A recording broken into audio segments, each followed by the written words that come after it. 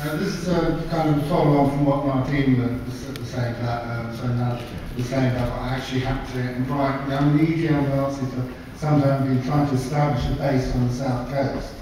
And we actually got to the point where we thought we weren't going to get any EGL activity, and then we actually had a riot outside the mosque, and we had to get people down there to actually defend the mosque, and managed to get the MP down there. It was actually quite successful and actually woke an awful lot of people up. But our experience actually in Portsmouth was actually constantly confronting, actually mobilising against them. But what you actually saw was when they realised they weren't actually getting any traction over Islamophobia, they actually started turning against the left, etc., a classic fascist tactic, and you actually saw them mobilising against Occupy, and we actually had to get down there to defend Occupy, etc., etc., etc. But because we were constantly in their face, we didn't actually allow them to take control of the square when we wanted to march on War Memorial, etc., etc. This has actually caused internal problems for them. And at Christmas, they actually announced on Facebook that EDL Portsmouth no longer actually existed because they couldn't actually function anymore. Now, I think there's a real problem at the moment. There's a certain section left. If you actually look at what happened in Eastleigh, you actually see UKIP, which is not a fascist organisation, but using a fascist argument.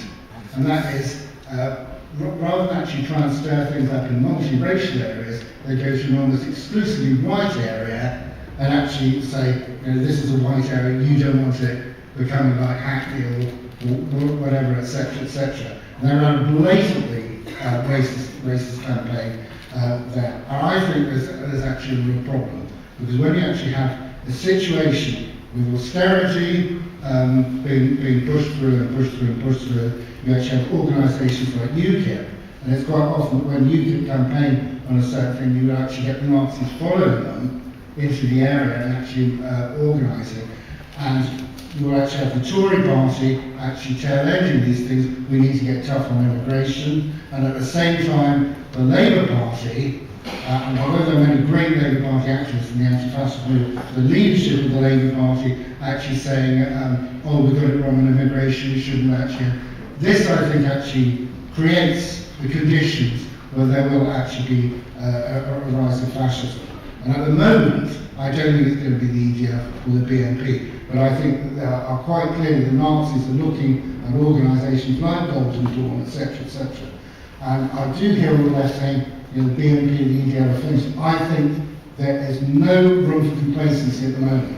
I think the situation in the next few months could get very, very dangerous indeed. And that's why we really do need to be building UAF more than ever, because the conditions are so right for a fascist movement to emerge. We don't know what it is yet, but I think it's inevitable that there will be some sort of fascist realignment, and we've actually got to be there, actually doing our stuff, getting in their face and stopping them.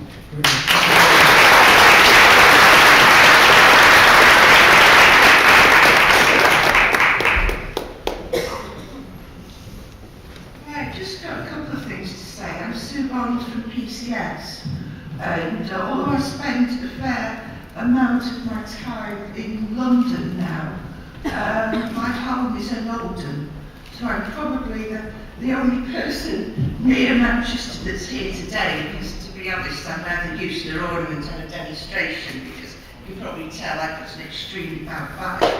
But I wanted to pick up on a colleague from Waltham Forest, and how they built Waltham Forest, because about 12 years ago in Oldham, that's the way that we did it, week in, week out, sometimes just a few people in people's houses, and we did form the broadest possible front.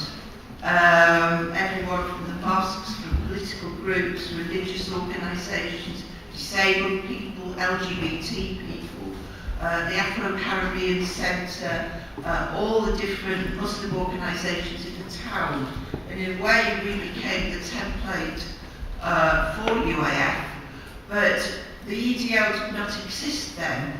But in a way, it was the forerunner of the EDL that attacked Muslim communities in Oldham, because they called themselves football hooligans. They were instigated by the BNP.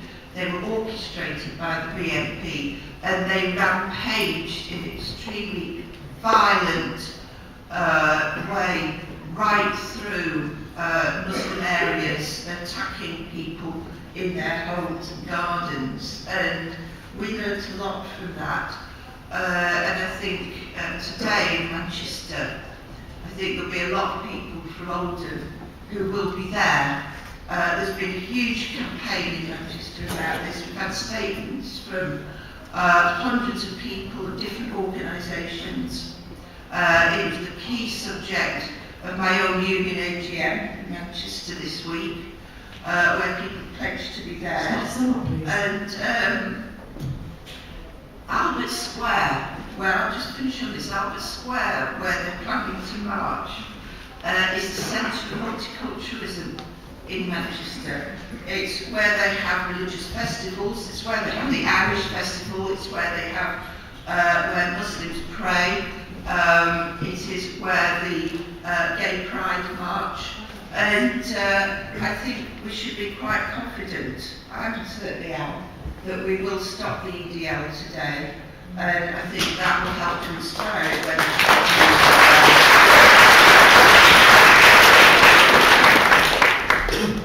I'm going to just ask people to come to cut it down to a couple of minutes. I've got quite a few people put their hands up. I'm not too sure I'm going to fit you all in.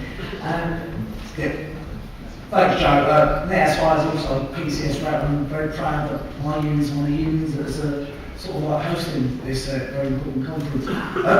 Soon touching AGMs, and for those of us that are trade unionists, it's AGM season. We have our main AGM in our branch on Thursday. And I moved a motion sort of like very much celebrating the successes of UAF, has been touched on by speakers already, but also specifically moved as part of that motion for strengthening our ties between UAF and our Greek counterparts.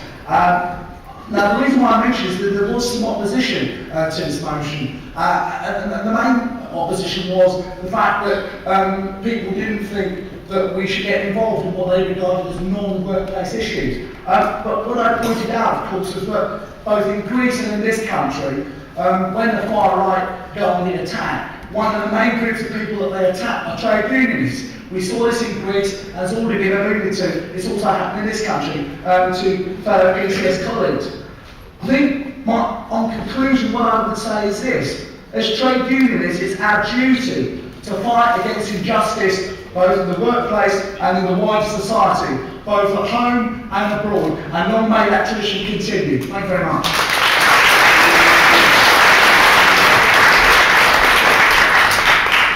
Hi folks, I'm Steve Hayward. I'm also from PCS. I'm the Equality Officer to our EU Members Network and the Publicity Officer to PCS Proud.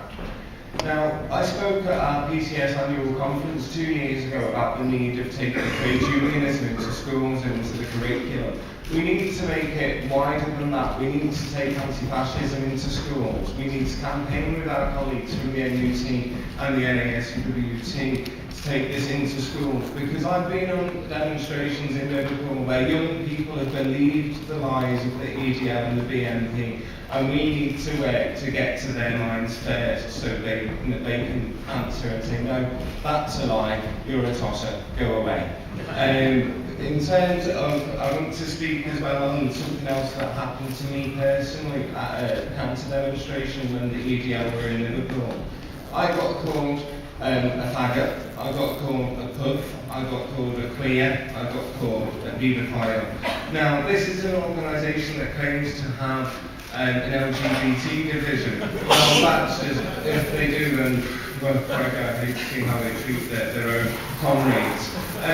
But what we need to do is we need to link up LGBT organisations and trade union LGBT groups, because it's not just anti-Islamic, and as this guy said on the telly once, all those, Islamic Iraqi laws and all of that. It's, trade unionists, LGBT people, they have LGBT phobic attitudes, and we need to stop that now, because we have other people that suffer hate crimes and they can't cope, and the feelings they get left with after being abused in such a way is absolutely outrageous. And LGBT suicides go up, and it's, I won't say now because there's children in the room, but it's attitudes like that that cause these issues. So we need to work together, widen our campaigns, and we need to stop it now, please.